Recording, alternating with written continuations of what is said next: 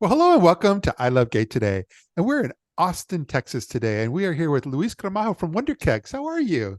Hey, how are you? How's it going? Very good. I'm so glad when we connected because it was well over a year ago. And I was reading some story about some of the up and coming entrepreneurs and LGBT businesses in Austin, Texas. I think it was related to South by Southwest like a year or two ago. And you guys were a part of that story. And I remember thinking to myself, Wunderkeks and cookies, who are these people? I know that's the question. That's the question we are asking ourselves. But no, you came here. I mean, you do have quite a story, and I mean, you came here from Guatemala. You kind of gave up everything and started life afresh and new. And yeah, tell us a little bit about that. Yeah, so my husband and I, we moved from Guatemala 4 years ago, back in 2019.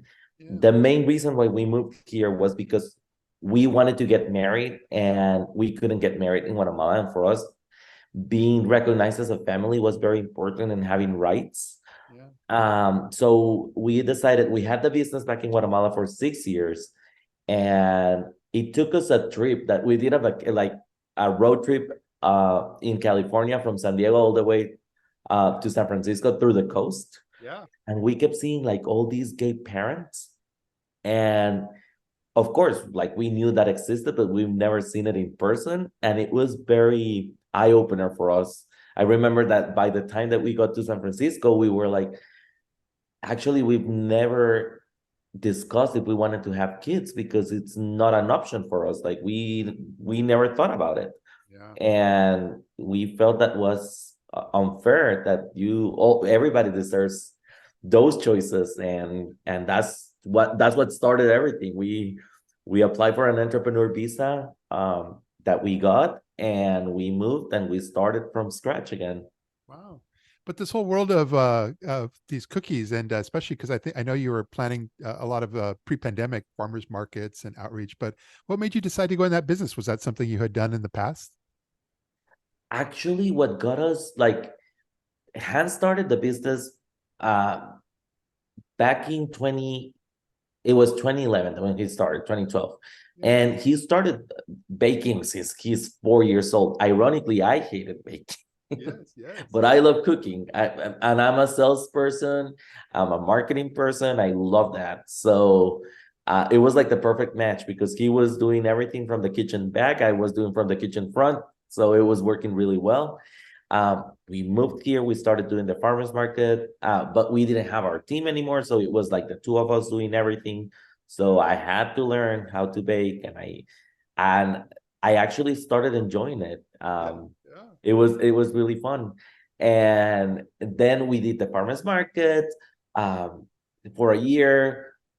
We had an opportunity for South by 2020 to have like pop-up store right in front of the convention center. We had 25,000 cookies ready to get baked. Yeah. It got canceled because of the pandemic.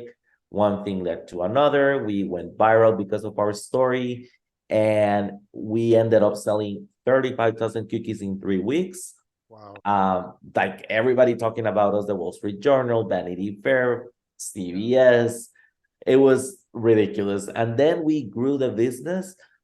Back in 2021 was the first time that we had the opportunity to do um, a collaboration for Pride. Yeah.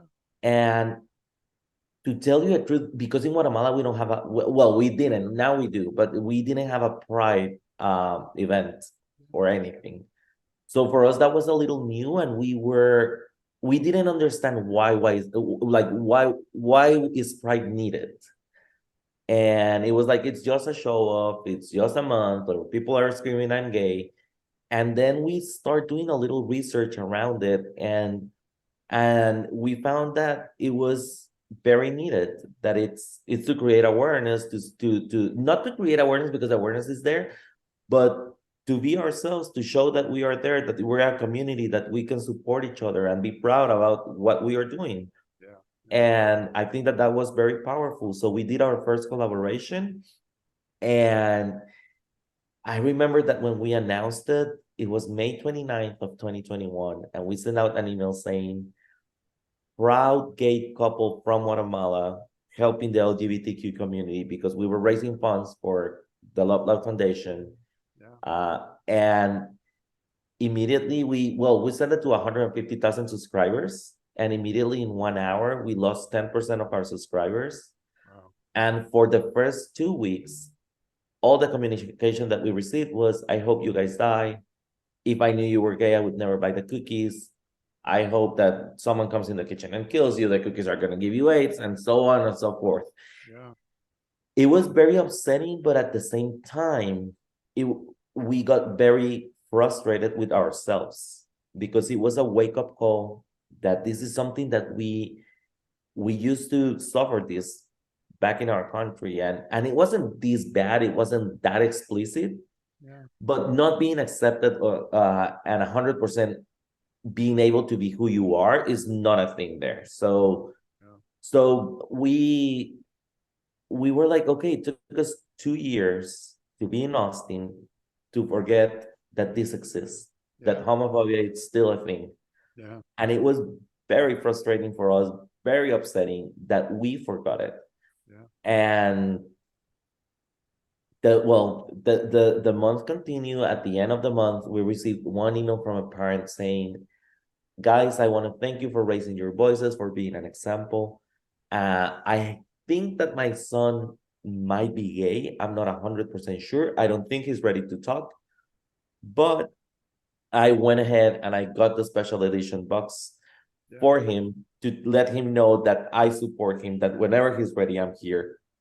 And that's exactly when we understood this is what we have in our hands is way more than cookies. We can create a movement around building safe spaces, about becoming that symbol that every time that you see someone wearing a hat, someone eating a cookie, you know that you can be in a safe space, that you can be yourself, that you don't have to do any code switching, and you can show as you are, and you're going to be like that person is going to let you tell your story to them, and you can tell it without fear. As we were saying just yesterday, what didn't kill you made you stronger. Exactly. So Kelly, you're right there. But no, you've I mean, I think it's an amazing story as far as like, because especially, you know, you came out, you're out and very much yourselves. And it seems like relationships, partnerships, everything has really kind of taken off since then. Because I saw you speaking at South by Southwest even just last month. Yeah, it's amazing how the doors they open when you start. This is the thing. We always say that in Guatemala we had like the in the closet version of Wunderkeks, because we were not able to express ourselves. Of course, the brand was pink, but it wasn't. That was it. That was it. When we moved here, I think it was like a year and a half after we moved, we had an employee asking us, "Have you noticed that your brand is really queer?"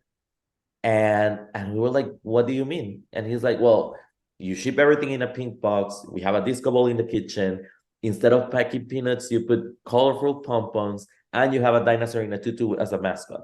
I was like, "Oh, I think that you have a point here." And then we started talking with Hans about it, and we came to the conclusion that finally Wunderkeks was out of the closet, because for the first time in our lives, when we moved here to Austin, we found our safe space that we're talking about. And instead of being less gay or being less loud, we were not afraid to express ourselves through the brand anymore. And everything started popping out by itself. So it was very beautiful to see that it happened organically, that we didn't even notice it. And it got to a point that we were like, we are very happy with the brand now, but we didn't know what was it. And it was because we were expressing ourselves through the brand, and that's very important.